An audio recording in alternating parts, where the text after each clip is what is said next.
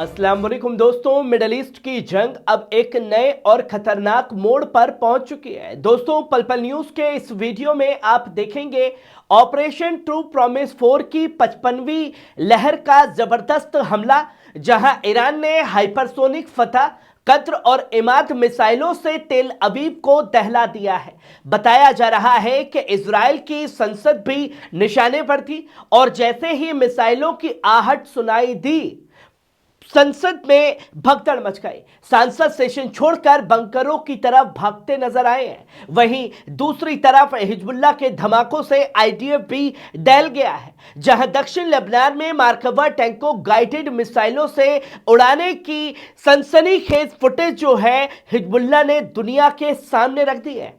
तो दोस्तों, देखते हैं जंग के मैदान से आई ये बड़ी और खौफनाक तस्वीरें जो अपने आप में खलबली मचा रही है। जहां सबसे पहले आप इस वीडियो पर नजर डालिए।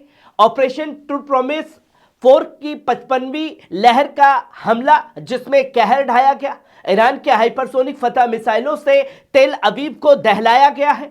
दोस्तों, मिडल ईस्ट की जंग इस वक्त बेहद खतरनाक मोड़ पर पहुंच चुकी है। ईरान की ताकतवर फौजी इकाई आईआरजीसी यानी इस्लामिक रिवोल्यूशनरी गार्ड कॉर्प्स ने ऐलान किया है कि उसने जवाबी कार्रवाई के तहत चल रहे ऑपरेशन ट्रू प्रॉमिस 4 के दौरान मिसाइल हमलों की 55वीं लहर शुरू कर दी है।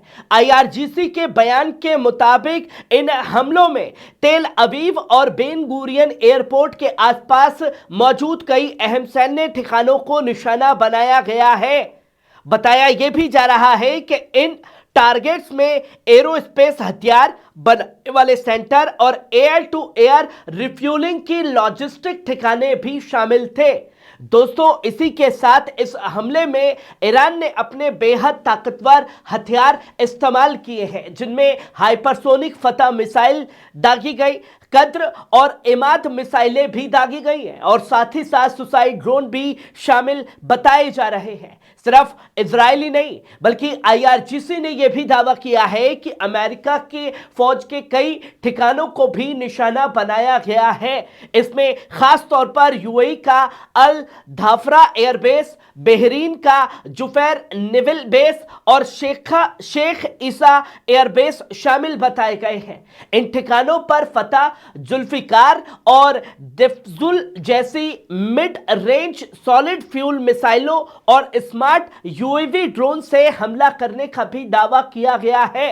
दोस्तों, साथ ही साथ ये पूरा टकराव तब शुरू हो गया जब 28 फरवरी को ईरान के ऊपर हमला किया गया और इस हमले में शहीद अयतुल्ला अली खमेनी साहब को शहीद किया गया, जिसके बाद ईरान के जो हमले हैं वो ताबड़तोड़ अमेरिकी ठिकानों पर भी हो रहे हैं और साथ ही साथ ये हमले जो इजराइल के ऊपर भी लगातार किए जा रहे हैं।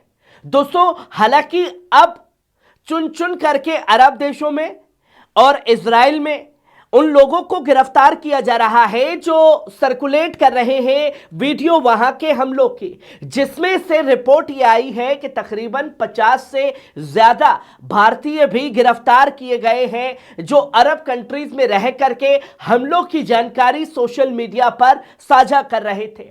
अब सोचिए कि एक तरफ पूरी दुनिया खड़ी हुई है ईरान के हमलों को झुटलाने के लिए कि कुछ नहीं हो रहा है, और जब कुछ हो रहा है उन वीडियो को सर्कुलेट किया जा रहा है तो चुन चुन करके गिरफ्तारी की जा रही है। और जिस जगह इजराइल में मिसाइलें गिर रही हैं उसको बैन कर दिया जा रहा है और पूरी तरीके से मीडिया बैन की एंट्री कर दी गई है, जो तस्वीरें अब दुनिया के सामने हैं। वहीं आप ये दूसरा वीडियो देखिए, इजरायली संसद भी निशाने पर रही। दोस्तों, मिडल ईस्ट की जंग के बीच इस वक्त एक बेहद बड़ी और सनसनी खबर भी सामने आ रही है।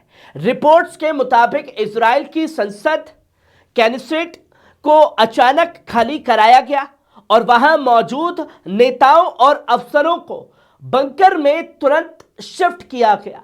बताया जा रहा है कि यह कदम उस वक्त उठाया गया जब ईरान और हिजबुल्लाह की तरफ से संभावित मिसाइल और रॉकेट हमलों का खतरा सामने आया और संसद के पास में कुछ मिसाइल और रॉकेट गिरे। इजराइल की संसद कैनेसेट देश की सबसे अहम सियासी इमारत मानी जाती है, जहां से सरकार और कानून से जुड़े बड़े फैसले लिए जाते हैं। लेकिन हालात इतने संगीन बताए जा रहे हैं कि सुरक्षा एजेंसियों ने फौरन अलर्ट किया और पूरे इलाके को खाली कराकर नेताओं को सुरक्षित बंकरों में ले जाया गया। यह घटना दिखाती है कि मिडिल ईस्ट में चल रही जंग अब किस कदर खतरनाक मोड़ पर पहुंच चुकी है। यहां सिर्फ सरहदें ही नहीं बल्कि सियासी इमारतें भी निशाने पर आ सकती हैं। फिलहाल इजरायली हुकूमत की तरफ से इस मामले पर कोई तफसीलाती बयान सामने नहीं आया, लेकिन यह खबर पूरी तरह तस्दीक होती है तो यह साफ है कि इशारा है कि ईरान, हिजबुल्लाह और इजराइल के बीच टकराव अब और ज्यादा तेज हो चुका है। वहीं आप ये तीसरा वीडियो देखिए। हिजबुल्लाह का बड़ा हमला, गाइडेड मिसाइल से उड़ाया इजरायली मार्कवा टैंक। दोस्तों, जंग के मैदान में यही मार्कवा टैंक जो है बेंजामिन नेतन्याहू का दिल माना जाता है। पर मिडिल ईस्ट की जंग से इस वक्त एक ऐसी खबर सामने आई जहां हिजबुल्लाह के मिलिट्री मीडिया ने एक नई वीडियो फुटेज जारी की, जिसमें दावा किया गया कि इस्लामिक रेजिस्टेंस के लड़ाकों ने इजराइल फौज के मार्कवा टैंक को गाइडेड मिसाइल से निशाना बनाया है। बताया यह भी जा रहा है कि यह हमला दक्षिण लेबनान के शहर मरकबा के दक्षिण पूर्व इलाके में किया गया। जारी की गई फुटेज में साफ देखा जा सकता है कि किस तरह हिजबुल्लाह के लड़ाके पहले इजरायली टैंक की निगरानी करते हैं और फिर एक गाइडेड मिसाइल के जरिए उसे सीधा निशाना बना देते हैं। नाज़रीन, मार्कवा टैंक इजराइल की फौज का सबसे बड़ा ताकतवर हथियार माना जाता है, एडवांस टैंक माना जाता है, जिसे जंग के मैदान में बेहद मजबूत और सुरक्षित बताया जाता है। आज उसी के परखच्चे हिजबुल्लाह उड़ाता हुआ दिखाई दे रहा है। लेकिन इस हमले की फुटेज सामने आने के बाद एक बार फिर यह सवाल उठने लगा है, क्या लेबनान के मोर्चे पर इजरायली फौज को लगातार भारी चुनौतियों का सामना करना पड़ रहा है। फिलहाल इजरायली फौज की तरफ से इस हमले को लेकर कोई तफसीलाती बयान सामने नहीं आया। जहां मार्कवा टैंक सटीक निशाने पर उड़ रहे हैं, एक एक टैंक में 12-12 लोग शामिल होते हैं, पर फिर भी इस हमले के बाद इजराइल का बयान यही आना है, कुछ नहीं हुआ है, हमारे सैनिक बिल्कुल महफूज हैं।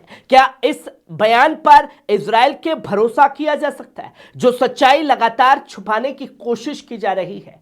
खबर कैसी लगी कमेंट बॉक्स में आकर के अपनी राय जरूर दीजिएगा। शुक्रिया।